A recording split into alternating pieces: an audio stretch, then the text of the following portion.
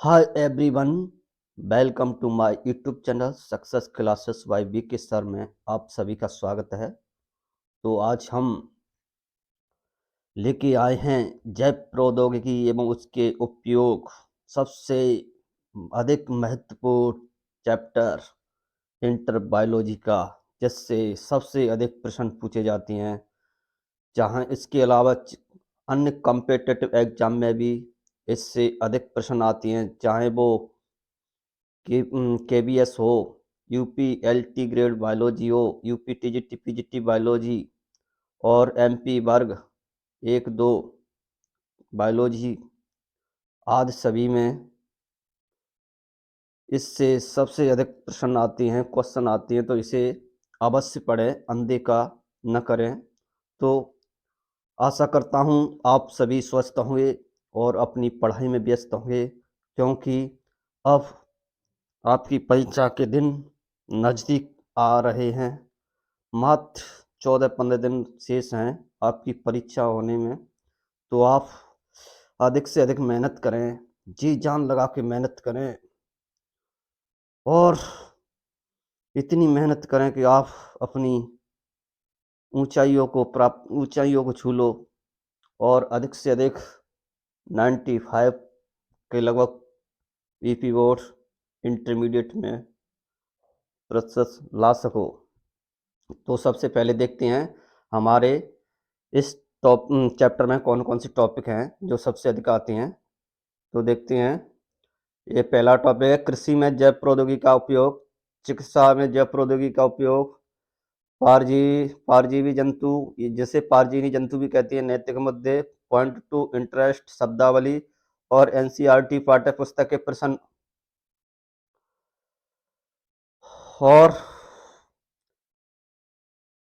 अन्य महत्वपूर्ण प्रश्न और वस्तुनिष्ठ यानी ऑब्जेक्टिव प्रश्न, मल्टीपल चॉइस क्वेश्चन। तो सबसे पहले देखते हैं जैव प्रौद्योगिकी। तो जैव प्रौद्योगिकी को हम बायोटेक्नोलॉजी कहते हैं, बायोटेक्नोलॉजी। तो बायोटेक्नोलॉजी क्या होती है? सूक्ष्म जीवों द्वारा उत्पन्न पदार्थों या जैव प्रक्रियाओं के औद्योगिक स्तर पर उपयोग को बायोटेक्नोलॉजी कहती हैं। यानी सूक्ष्म जीवों द्वारा उत्पन्न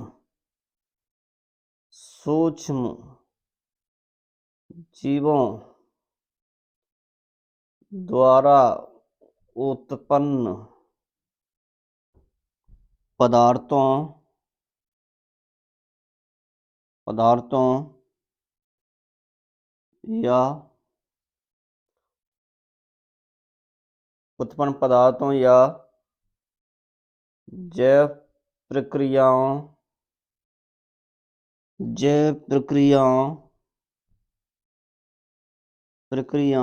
के औद्योगिक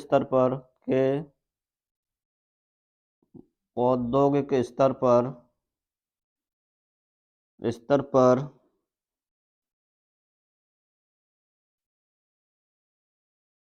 उपयोग को जैव प्रक्रियाओं के औद्योगिक स्तर पर उपयोग को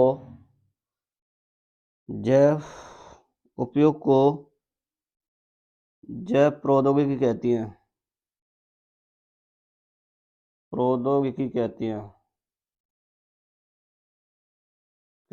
तो इसकी ये परिभाषा है, यह सूक्ष्म जीवों द्वारा उत्पन्न पदार्थों या जैव प्रक्रियाओं के औद्योगिक स्तर पर उपयोग को जैव प्रौद्योगिकी कहती हैं। उदाहरण जैसे मदिरा उत्पादन के लिए ईस्ट सेल या खमीर कोशिकाओं का उपयोग जैव प्रौद्योगिकी के अंतर्गत आता है। आनुवंशिक इंजीनियरिंग आधुनिक काल में जैव प्रौद्योगिकी का अप्रत्याशित विस्तार हुआ है।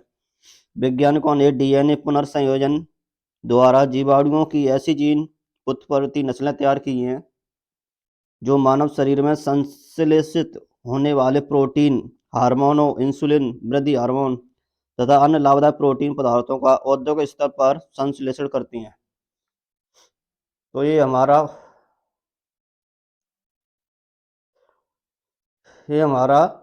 हो गया जैव प्रौद्योगिकी किसे कहती हैं। तो जैव प्रौद्योगिकी स्तर पर जैव प्रौद्योगिकी के 3 विवेचनात्मक अनुसंधान क्षेत्र हैं।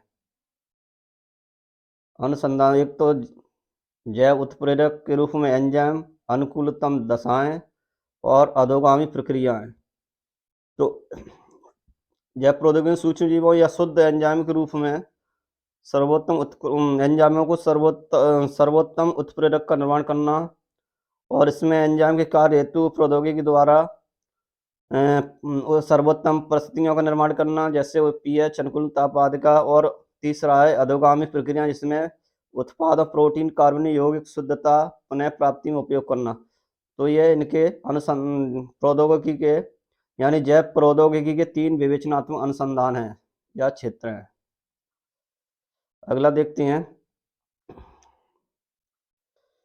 कृषि में जैव प्रौद्योगिकी का उपयोग। उससे हम जो भी हम अपने इंटरमीडिएट एग्जाम में पूछा जाता है वही हमने इसे समझा रहा हूँ। तो इसमें सबसे पहला जैव प्रौद्योगिकी में तो आनुवांशिक रूपांतरित फसल आधारित कृषि, जिसे जीएमओ भी कहती हैं। तो ऐसे इस प्रक्रिया में जीन क्लोनिंग,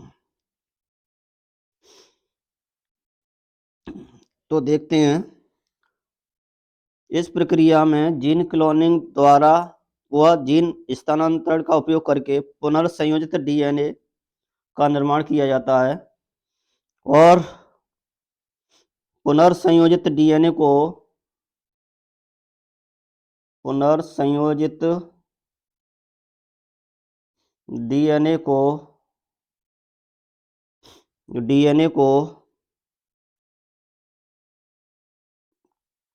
चुने हुए जीवों में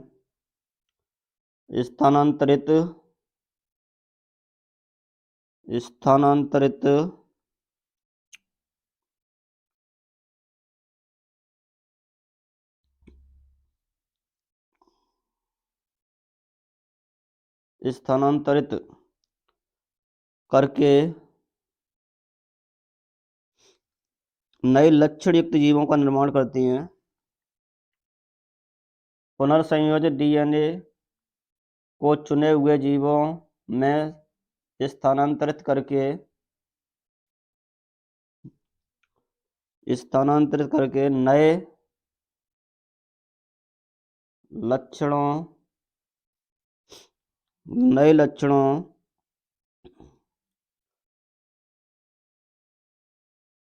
युक्त जीवों का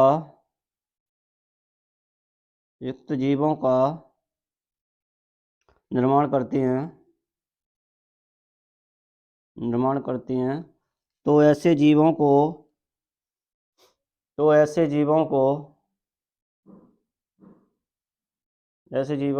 जीएमओ कहते हैं। ये आनुवांशिक रूपांतरित जीव कहती हैं। जीएमओ की फुल फॉर्म है जेनेटिकली मॉडिफाइड ऑर्गेनिज्म। ये इसका विस्तार रूप है, जेनेटिकली मॉडिफाइड ऑर्गेनिज्म। तो पुनर्संयोजित डीएनए तकनीकी यानी पुनर्संयोजित डीएनए को चुने हुए जीवों में स्थानांतरित करके नए लक्षण युक्त जीवों का निर्माण करते हैं। तो उन्हें हम आनुवांशिक रूपांतरित जीव कहती हैं। इन जीवों का उपयोग अनेक प्रकार के आर्थिक लाभ प्राप्त करने में किया जाता है। तो ये हमारा हो गया आनुवांशिक।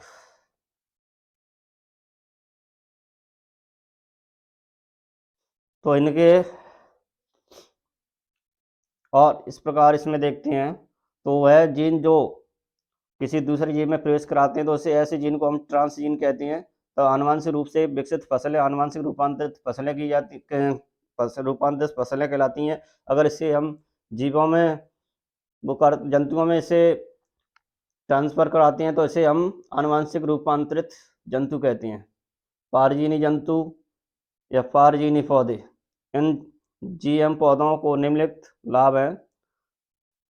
तो इन पौधों में फसलों को उत्पन्न करने में कम समय लगता है, एक लाभ। दूसरा है इन्हें इन फसलों में अनेक प्रतिबलों जैसे ठंड, सर्दी, सूखा, लवण, ताप आदि के प्रति अधिक सहिष्णु फसलों का निर्माण किया जाता है। रासायनिक उर्वरक व कीटनाशकों पर कम निर्भरता रहती है। पौधों द्वारा खनिज उपयोग क्षमता में वृद्धि होती है। अनाज नुकसान कम करने में सहायक है। तो ये हमारा अनेक लाभ है। इससे अगला देखते हैं।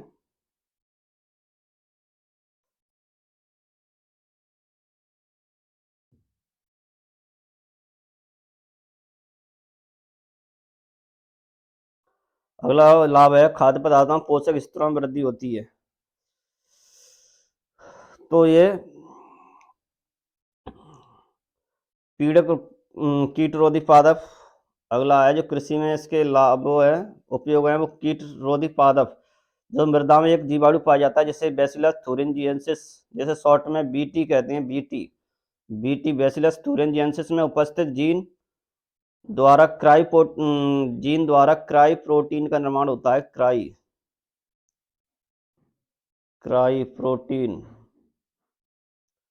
प्रोटीन का निर्माण होता है। यह प्रोटीन कई प्रकार के कीटों के लिए घातक है, इसलिए इसे बीटी विषवी कहती हैं। और बीटी विष भी कहती हैं। यह क्राई प्रोटीन बीटी विष कीटों की आहार नाल में संकरण करके उन्हें मार देता है और क्राई प्रोटीन के जीन को टीआई प्लाज्मिड की सहायता से तंबाकू, टमाटर, कपास आदि में प्रवेश कराकर पादपों को कीटों के प्रति प्रतिरोधी बनाया जाता है। जब यह बीटी कपास में स्थानांतरित कराया जाता है तो ऐसी फसलों को किलर कॉटन भी कहती हैं। अगला देखते हैं। और इसका आप स्क्रीनशॉट भी ले सकते हैं। तो बीटी कॉटन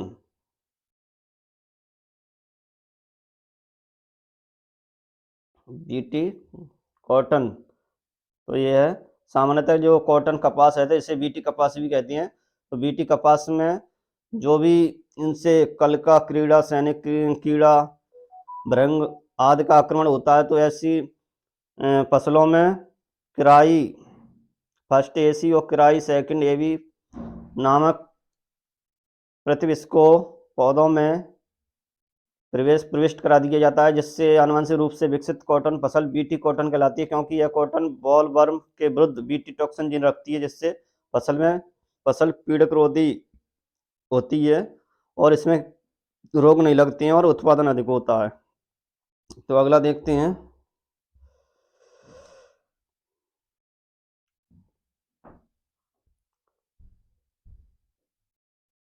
पीड़क रोधी पादप विभिन्न सूत्रकृमि जो निमेटोडा संघ के जंतुओं ने उन्हें हम गोलकृमि या सूत्रकृमि भी कहती है, जो मानव जंतुओं के व पादपों में परजीवी के रूप में रहती हैं और इससे तम्बाकू, टमाटर, बैंगन आदि की जड़ों में संकरण करके उनकी पैदावार को कम कर देती हैं, उन्हें संक्रमित कर देती हैं। तो इन संक्रमण को रोकने के लिए एक्रोबैक्टीरिया जीवाणु के टीडीएनए का उपयोग किया जाता है। तो जो सूत्रकृमि का नाम है वो मेलोइडोगाइन है। तो इनको गनीसिया नामक सूत्रकृमि से तम्बाकू, टमाटर, बैंगन आदि पादपों की जड़ों में संक्रमण होता है। तो इन संक्रमण को रोकने के लिए एग्रोबैक्टीरियम जीवाणु के टीडीएनए का उपयोग किया जाता है। अगला देखते हैं।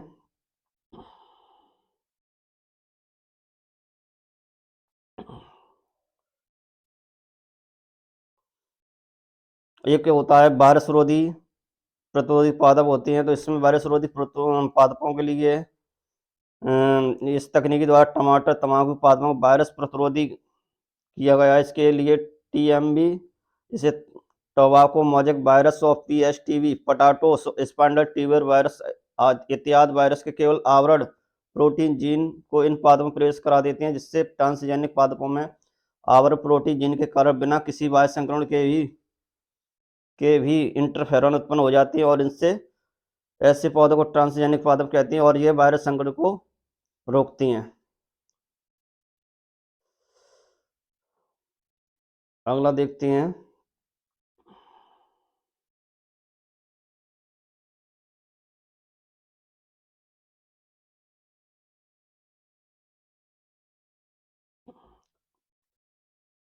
अब क्वेश्चन देखते हैं, वो जो मेन है जो आते हैं उन्हें हम, अगर आप इनका स्क्रीनशॉट लेना चाहते तो ले लीजिए, लेकिन मैं जो भी ज़्यादा आते उसे ही हम करा रहा हूँ।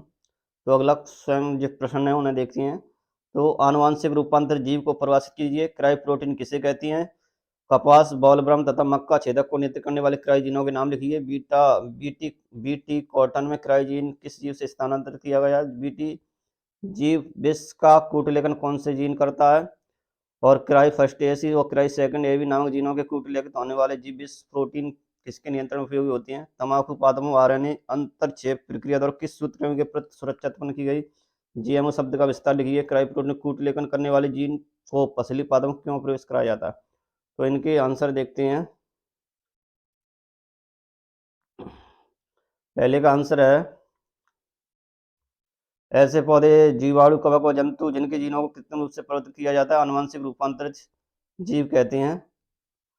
दूसरा, क्राइजीन द्वारा कूटबद्ध प्रोटीन की क्राई प्रोटीन कहती है। जीव विष प्रोटीन कई प्रकार के कीटों के लिए घातक होते हैं, उनसे सुरक्षा प्रदान करते हैं। Cry AC, cry first AC और क्राई सेकंड एवी कपास, बॉलवर्म तथा क्राई फर्स्ट एवी मक्का छेदक का नियंत्रण करने वाला जीन है। अगला है बैसिलस thuringiensis नामक जीवाणु से प्राप्त क्राइजीन आनुवंशिक अभियांत्रिकी द्वारा स्थानांतरित किया जाता है। पांचवें का क्राइजीन आंसर है। और छठवें का कपास के मुकुल कृमि के नियंत्रण में उपयोगी है।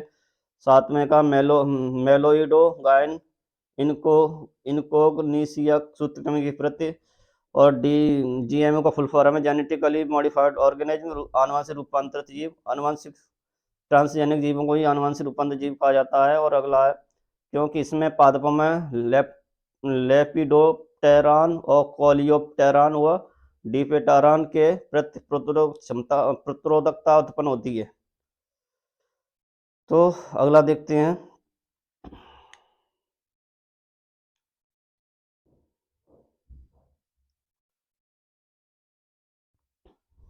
तो चिकित्सा में जो अगला है, चिकित्सा में जैव प्रौद्योगिकी का उपयोग।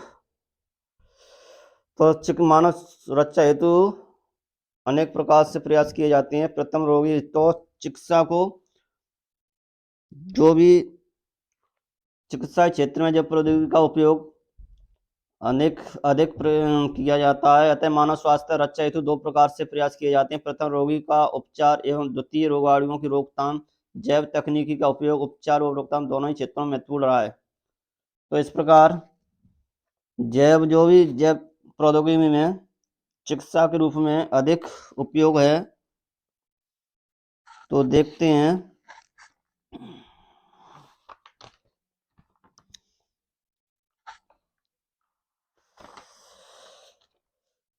जिनमें जीन थेरेपी और जीन क्लोनिंग के उपयोग से कैंसर व अनेक आनुवंशिक रोगों के निदान उपचार में नई क्रांति आई है। वर्तमान में चिकित्सा क्षेत्र में जैविक तकनीक का उपयोग करके व्यापक रूप से किया जा रहा है। और जीन चिकित्सा भी, जैसे जीन चिकित्सा किसे कहती हैं? तो मनुष्य के लगभग 3000 रोग संभवतः त्रुटिपूर्ण जीन के नियंत्रण में बने त्रुटिपूर्ण एंजाइमों के कारण होती हैं, जिन्हें जीन चिकित्सा कहते हैं। आनुवंशिक निर्मित इंसुलिन 51 अमीनो अम्ल युक्त प्रोटीन हार्मोन है जो अग्नाशय की लैंगर-हैंस द्वीप समूह कोशिकाओं में से बीटा कोशिकाओं से स्रावित होता है। इसका मुख्य कार्य शरीर में उपस्थित अधिक ग्लूकोज की मात्रा को ग्लाइकोजन में परिवर्तित करना होता है। इसकी कमी से मधुमेह रोग होता है। तो मधुमेह रोग दो प्रकार का होता है, NIDDM और IDDM। एक होता है IDDM और एक होता है NIDDM। तो इसका फुल फॉर्म है इंसुलिन डिपेंडेंट डायबिटीज मेलिटस। इसका है non insulin dependent diabetes mellitus. तो यह रोग तो बच्चों में होता है, बाल्यावस्था में बच्चों में होता है। और यह रोग जो वृद्धावस्था या 40 वर्ष से जो ऊपर के होते हैं उसमें होता है। तो इसमें रोगी को इंसुलिन के इंजेक्शन पर निर्भर रहना पड़ता है, क्योंकि भूल से ही प्रतिरक्षा तंत्र बीटा कोशिकाओं का भक्षण कर जाता है, जिससे इंसुलिन स्रावित नहीं होता है और उससे प्रतिदिन इंसुलिन इंजेक्शन देना पड़ता है। जबकि NIDDM जो 40 वर्ष के मोटापा से ग्रस्त होते हैं उनमें होता है। तो इसमें इंसुलिन की आवश्यकता नहीं पड़ती है, लेकिन यह खान पान से और व्यायाम और दवा से यह इसमें नियंत्रण किया जा सकता है। तो इसकी कमी से मधुमेह रोग हो जाता है। सर्वप्रथम 1916 में एडवर्ड शार्पे शेफर ने इंसुलिन की खोज की। सर्वप्रथम 1923 में जंतुओं के अग्नाशय से इंसुलिन निकालकर उपलब्ध कराया था। प्रारंभ में मधुमेह रोग के उपचार हेतु इंसुलिन गाय व सुअर से प्राप्त किया जाता था। 100 ग्राम इंसुलिन प्राप्त करने हेतु 800 से 1000 किलोग्राम अग्नाशय की आवश्यकता होती थी तथा जानवरों द्वारा प्राप्त इंसुलिन से कुछ रोगियों में एलर्जी भी उत्पन्न हो जाती, परंतु जैव तकनीक द्वारा इसे आसानी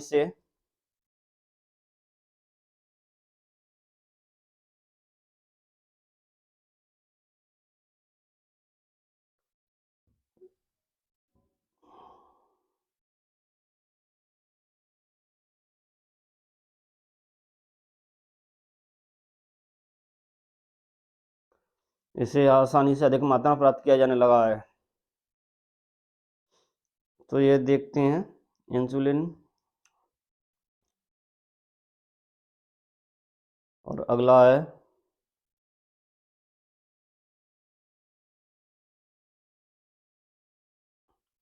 जीन चिकित्सा।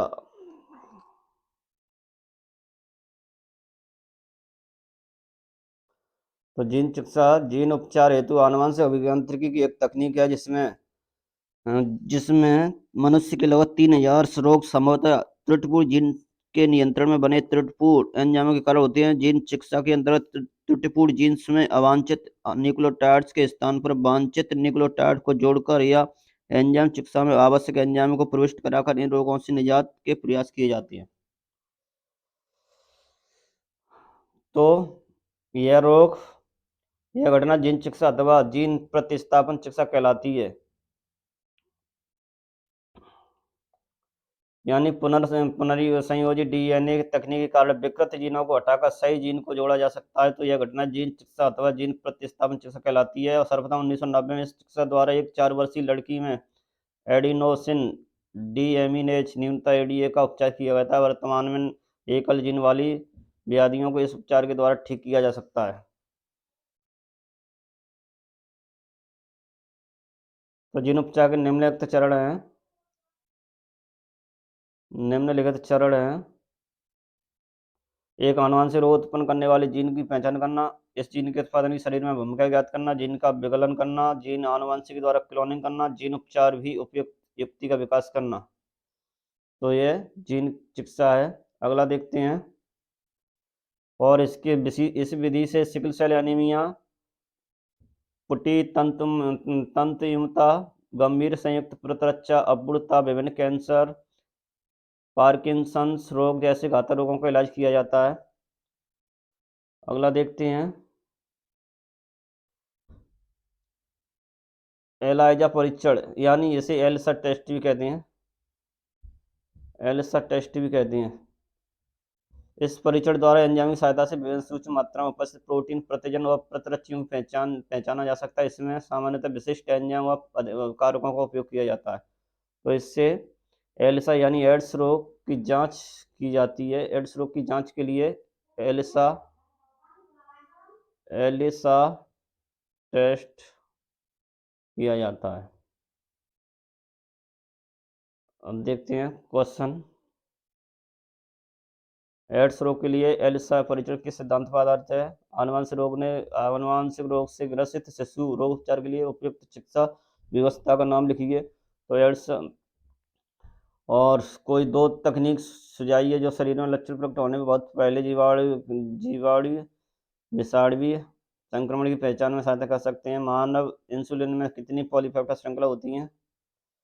प्राक या निष्क्रिय इंसुलिन में सक्रिय इंसुलिन से भिन्न कौन सी संरचना पाई जाती है? ये आनुवंशिक अभियांत्रिकी तकनीकी मानव इंसुलिन की एक पॉलीपेप्टाइड श्रृंखला बी पॉलीपेप्टाइड श्रृंखला का निर्माण किस जीवाणु कोशिका में करवाया जाता है?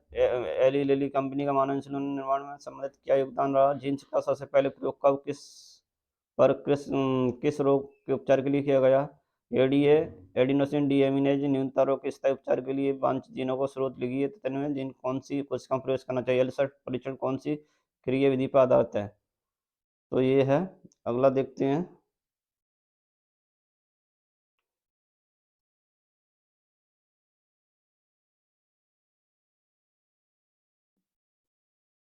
तो इनके आंसर है ये जो एल्सा टेस्ट है वो किस पर आधारित है, तो ये प्रतिजन प्रतिरक्षा परस्क्रिया के सिद्धांत पर आधारित है।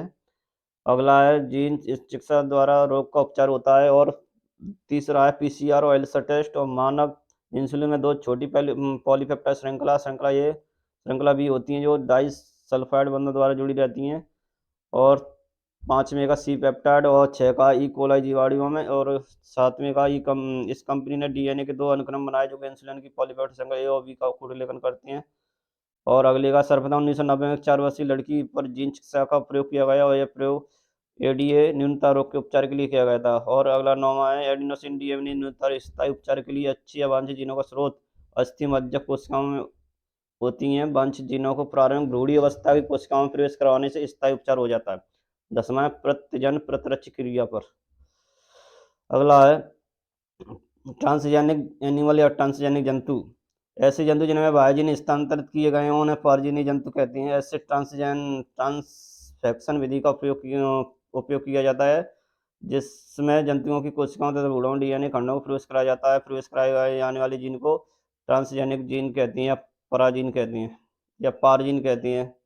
परिभाषा हुआ है जंतु जिनकी जनन कोशिकाओं में शरीर के बाद दूसरे जंतु का जीन प्रवेश कराया जाता है उसे ट्रांसजेनिक या परजीवी जंतु कहते हैं।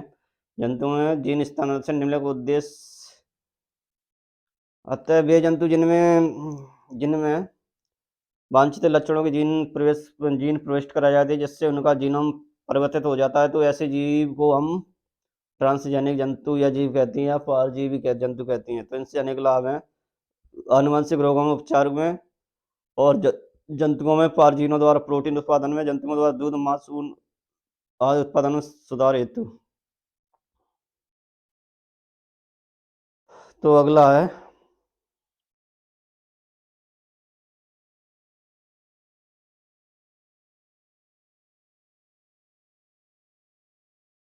इसका, तो आप स्क्रीनशॉट लीजिए। ये कहीं ये आता नहीं है ज़्यादातर। इसमें जैव पेटेंट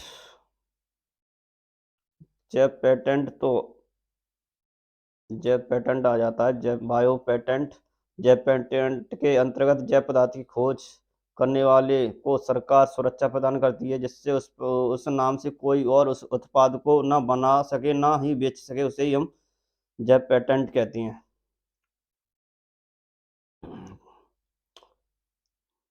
जैसे कंपनियों को उत्पादों व तकनीकों के लिए जिसमें जैव स्रोतों का उपयोग हो जैसे पौधों जंतुओं आनुवंशिक पदार्थों आदि के लिए पेटेंट प्रदान किया जाता है। लोग पेटेंट प्राप्त करने के लिए हर समय कोशिश में लगे रहते हैं।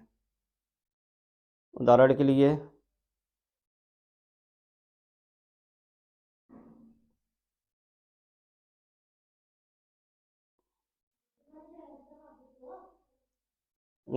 धान चावल हजारों वर्ष पूर्व एशिया में उगाया जा रहा है लेकिन भारत में धान की लगभग 2 लाख जाति किस्में पाई जाती हैं। बासमती धान अपने सुगंध स्वाद के लिए मशहूर है। भारत में लगभग 27 किस्में मिलती हैं।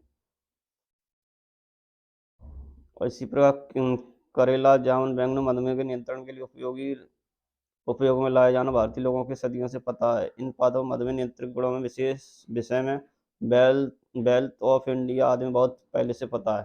तो इनमें केवल नई नई खोजों में पेटेंट मिलता है। तो ये पेटेंट है जिससे कोई और लोग ना बेच सके ना उसे बना सके।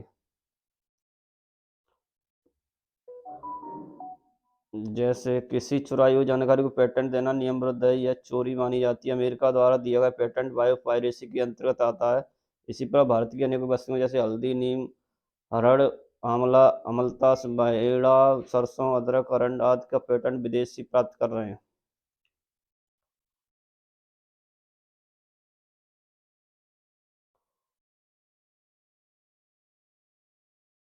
अगला देखते हैं बायोपायरेसी। ये आता है सबसे ज़्यादा राष्ट्रीय संपत्ति और संपदा जीनी स्रोतों व जैविक स्रोतों की डकैती अथवा चोरी बायोपायरेसी कहलाती है। जैविक स्रोतों का उपयोग कृषि, रासायनिक उद्योग और शिक्षा क्षेत्र में होता है। जैविक उत्पादों उपयोग उत्पादों वाणिज्य स्तर पर उपयोग होता है। उसे सामान्यतः मृदा, सूक्ष्मजीवी और जंतुओं आनुवंशिक पदार्थों का उपयोग नए उत्पादों निर्माण के लिए किया जाता है। तो बायोपायरेसी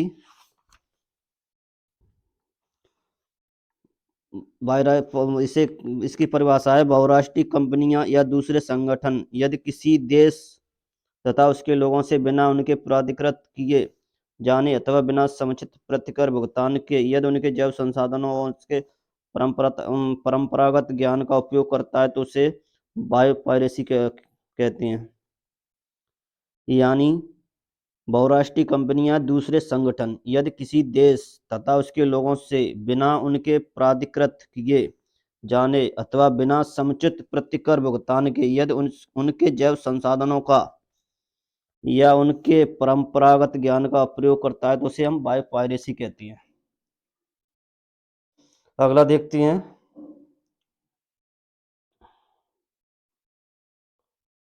अब एक क्वेश्चन है, बायोपायरेसी किसे कहती हैं?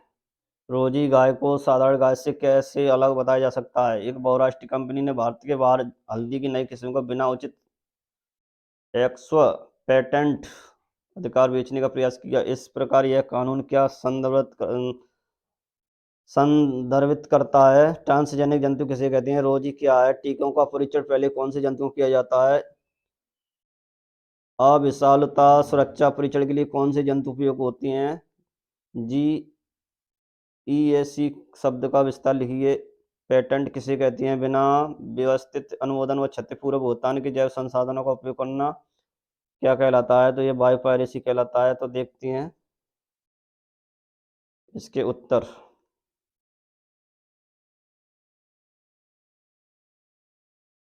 बहुराष्ट्रीय कंपनियों तथा दूसरे संगठनों किसी राष्ट्र या उससे संबंधित लोगों से बिना व्यवस्थित अनुमोदन व क्षतिपूर्वक भुगतान के जैव संसाधनों का उपयोग करना ही बायोपायरेसी कहलाता है। बायोपायरेसी कहलाता है।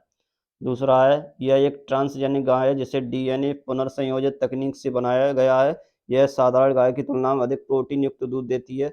जैसे इसके दूध में मानव प्रोटीन की मात्रा 2.4 ग्राम प्रति लीटर होती है। तीसरे का आंसर है बायोपायरेसी। और चौथे का है, ऐसे जंतु ट्रांसजेनिक से कहते हैं ऐसे जंतु जिनके डीएनए सक्रिय बाहरी जीन आनुवंशिक अभियांत्रिकी द्वारा समाविष्ट करवाए जाते हैं उन्हें ट्रांसजेनिक या परजीवी जंतु कहती हैं। और अगला है,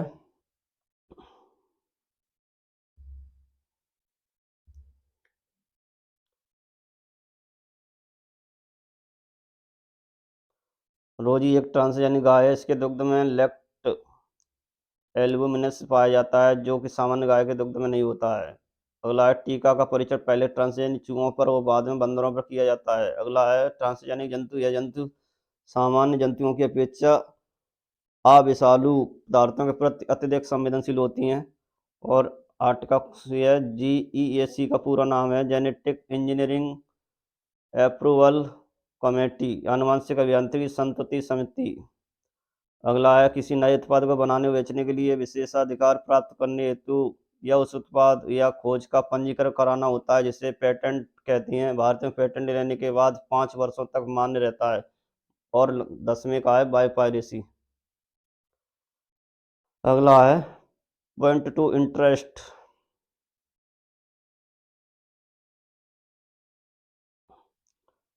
तो पॉइंट टू इंटरेस्ट देखिए, जयपुर का उपयोग चिकित्सा क्षेत्र, निदान सूचक, आनुवंशिक रूपांतर, फसलें, खाद्य पदार्थ, जैव सुरक्षा, ऊर्जा उत्पादन में हो रहा है। अगला है, जीवाणु बैसिलस thuringiensis या बीटी, जिसे बीटी कहते हैं शॉर्ट में, के किराए प्रोटीन को कपास में डालकर बीटी कपास बनाया जाता है। तीसरा जी अगला है टॉपिक, वो अगला पॉइंट है, जीन स्थानांतरण करके टमाटर की फ्लेवर सावर किस्म तैयार की जाती है। 1983 में एली लिली नामक एक अमेरिकी कंपनी ने मानव इंसुलिन की ए और बी श्रृंखला को संयुक्त करके कृत्रिम संश्लेषण तैयार किया था। कृत्रिम इंसुलिन तैयार किया था संश्लेषण कृत्रिम इंसुलिन तैयार किया था। अगला है, जीन चिकित्सा में प्राणी रोगी जीन को हटाकर सामान्य जीन को जोड़ा जाता है। सर्वप्रथम प्रयोग 1990 में एडिनोसिन डीएमिनेज एडीए की कमी को दूर करने के लिए किया गया था। अगला है, बाह्य जीन और डीएनए युक्त जंतुओं को परजीवी जंतु कहते हैं। परजीवी चूहे, खरगोश, सुअर, भेड़, गाय, मछली आदि पैदा हो चुके हैं। और अगला है राष्ट्रीय संपत्ति संपदा जीन स्रोतों जैविक स्रोतों की डकैती अथवा चोरी बाई पायरेसी कहलाती है। जैव पेटेंट के अंतर्गत जैव पदार्थों की खोज करने वाले को सरकार सुरक्षा प्रदान करती है।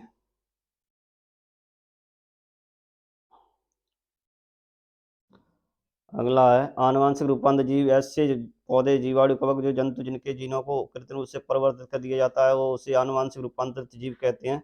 बीटी कपास, बैसिलस thuringiensis के क्राई प्रोटीन युक्त कपास को बीटी कपास कहते हैं। जीन चिकित्सा रोगी के शरीर में दोषपूर्वक जीन को हटाकर नए जीन प्रतिस्थापित करने को विधि को जीन चिकित्सा कहते हैं। और अगला है आणविक निदान, जैव प्रौद्योगिकी के द्वारा रोग की पहचान व रोग का निदान करने की रोग निदान करने को आणविक निदान कहते हैं। अगला है पारजीवी जंतु, ऐसे जंतु जिनमें बाहरी जीन प्रवेश कराया गया हो तो उसे पारजीवी जंतु कहते हैं।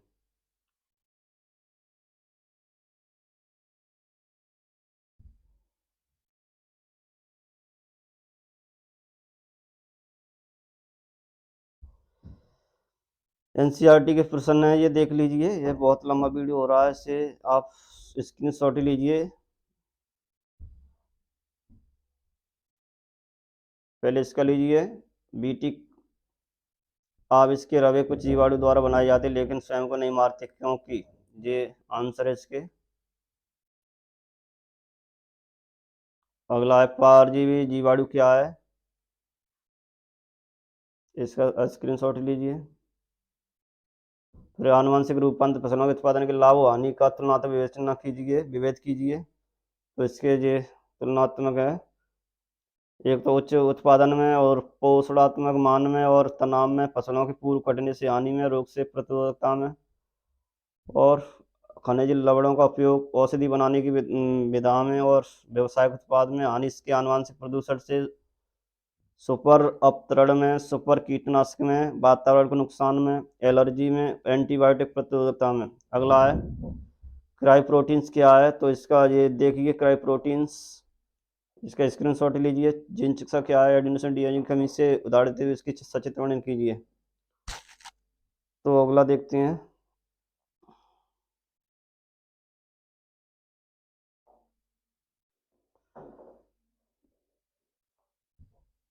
अब देखते हैं अगला,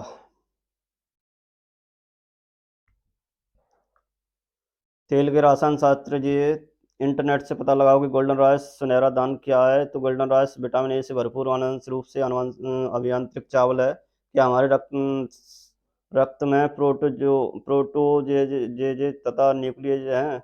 नहीं, रक्त सक्रिय प्रोटीओजेज व न्यूक्लियस वाला नहीं हो सकता, क्योंकि रक्त कोशिकाओं व रक्त वाहिनियों घेरने वाली कोशिकाओं के विघटन का कारण होगा। इंटरनेट से पता लगाओ कि मुख्य सक्रिय औषधि प्रोटीन को किस प्रकार बनाएंगे। इस कार्य के आने वाली मुख्य समस्याओं का वर्णन कीजिए। तो ये क्वेश्चन नहीं आते हैं, अपना ये क्वेश्चन देखते हैं। अब अति लघुत्तरी पारजीवी पादपों को परिभाषित कीजिए। तो वह पादप जिनके द्वारा डीएनए में दूसरे पादप जीन को स्थानांतरित किया गया हो उसे पारजीवी पादप कहते हैं। टीआई प्लाज्मिड के महत्वपूर्ण क्षेत्र कौन से हैं? टी डीएनए के अतिरिक्त बीआईआर जीन, नोपालिन जीन, प्रतिकृति उद्भव जीन तथा संयुग्मन जीन महत्वपूर्ण क्षेत्र हैं। बीटी विश्व के जीवाणु द्वारा उत्पन्न किया जाता है। बैसिलस thuringiensis नामक जीवाणु से कौन से जीवाणु में टीआई प्लाज्मिड पाया जाता है? एग्रोबैक्टीरियम या ट्यूमीफेसियंस जीवाणु में टीआई प्लाज्मिड द्वारा किसी द्विबीजपत्री पौधे में कौन सा रोग उत्पन्न किया जा सकता है? क्रीट पिटका। बैसिलस thuringiensis में कौन सा प्रोटीन बनता है? Cry protein. किन्हीं दो रोगों के नाम बताइए जिनका उपचार जीन चिकित्सा के द्वारा किया जाता है। सिकल सेल एनीमिया और पुटी तंतुमयता और एडीए और पार्किंसन रोग आदि। भेड़ व बकरी से मानव प्रोटीन प्राप्त करने के लिए आवश्यक जीन है। तो अगला देखते हैं। मानव प्रोटीन प्राप्त करने के लिए एंटीट्रिप्सिन जीन आवश्यक है। एंटीट्रिप्सिन जीन आवश्यक है। तो चूहों में एक जीन हटाने में प्राप्त चूहे क्या कहलाती हैं? नॉकआउट चूहे कहलाती हैं। आनुवंशिक रोग से ग्रसित शिशु के रोग उपचार के लिए उपयुक्त चिकित्सा व्यवस्था का नाम लिखिए। जीन चिकित्सा, बायोपायरेसी, बहुराष्ट्रीय कंपनियां दूसरे संगठनों द्वारा किसी राष्ट्र या उससे संबंधित लोगों से बिना व्यवस्थित अनुमोदन व क्षतिपूर्वक भुगतान के जैव संसाधनों का उपयोग करना ही बायोपायरेसी कहलाता है। मानव इंसुलिन में कितनी पॉलीपेप्टाइड श्रृंखला होती है? मानव इंसुलिन में 2 पॉलीपेप्टाइड श्रृंखला होती है, श्रृंखला ए, श्रृंखला बी, और होती है जो डाई सल्फाइड बंधों द्वारा जुड़ी रहती है। रोजी क्या है? रोजी एक ट्रांसजेनिक गाय है। इसके दुग्ध में लैक्ट एल्बुमिन्स पाया जाता है जो कि सामान्य गाय से दुग्ध में नहीं होता है। लघु उत्तरात्मक प्रश्न देखिए, कीट पीड़क प्रतिरोधी पारजीनी पादप विवरण दीजिए। तो कीट पीड़क प्रतिरोधी पारजीनी पादप कीट प्रतिरोधी पदार्थों के जीन स्थानांतरण किए जाते हैं, जैसे बैसिलस thuringiensis बीटी जीवाणु से बीटी अब इसका जीन कपास में स्थानांतरित कर किलर कॉटन बनाया गया है जो कि बाल कृमि के लिए प्रतिरोधक है। तो ये टीआई प्लाज्मिड की संरचना का संक्षिप्त वर्णन कीजिए। तो यह एग्रोबैक्टीरियम ट्यूमीफेसियंस में जीवाणु का प्लाज्मिड है जो पादपों में क्राउन गॉल ट्यूमर रोग उत्पन्न करता है। टीआई प्लाज्मिड में विशिष्ट जीन अनुक्रम होता है जो पादप जीनोम के साथ जुड़ सकता है, और यह वृत्ताकार डीएनए है जिसमें मुख्य 4 क्षेत्र होते हैं: प्रतिकृतियन और उद्भव क्षेत्र, उग्रता क्षेत्र जीन और संयुग्मन क्षेत्र, और स्थानांतरण टीडीएनए। जंतुओं में जीन स्थानांतरण कैसे किया जाता है बताइए। तो यह जंतुओं में जीन स्थानांतरण की अनेक विधियां हैं, जिनमें से माइक्रो इंजेक्शन द्वारा, सूक्ष्म अंतःक्षेपण व रेट्रोवायरस द्वारा स्थानांतरण प्रमुख है। माइक्रो इंजेक्शन विधि में निश्चित अंड में जीन खंडों को माइक्रो इंजेक्शन द्वारा प्रवेशित कराया जाता है, जबकि रेट्रोवायरस तकनीक में 8 कोश की भ्रूण में जीन युक्त रेट्रोवायरस का संकरण करके जीन प्रवेशित कराया जाता है। एरोडिन क्या है? एरोडिन एक विशिष्ट प्रोटीन है जो रक्त थक्का बनने को रोकता है। फ्लेवर सावर क्या है? यह टमाटर की किस्म है जिसकी फल वित्ती मोटी होती है, जो लंबे समय तक खराब नहीं होती है। ये होमिलिन क्या है? जैव तकनीक द्वारा इकोलाई से निर्मित इंसुलिन को होमिलिन कहते हैं। ये भी एक इंसुलिन, मानव निर्मित इंसुलिन है। तो एंटीबायोटिक शब्द किसने प्रतिपादित किया? अगला है ये, अब ऑब्जेक्टिव क्वेश्चन है, एंटीबायोटिक्स शब्द किसने प्रतिपादित किया? तो ये एस बॉक्समैन ने या बॉक्समैन ने किया था। होमिलिन है एक मानव इंसुलिन है। और देखते हैं अगला, बायोपायरेसी उपयुक्त सभी हैं। जैव अनुसंधान परंपरागत ज्ञान से और जैव अणु तथा जीन की खोज से उपयुक्त सभी निम्फ जीन्स पाए जाते हैं। राइजोबियम में इंटरफेरॉन है, एक प्रतिविषाणु प्रोटीन है। अगला है छठवां, जैव प्रौद्योगिकी द्वारा उत्पादित कैंसर की दवा को इंटरफेरॉन, ये सही है इसका। और देखते हैं,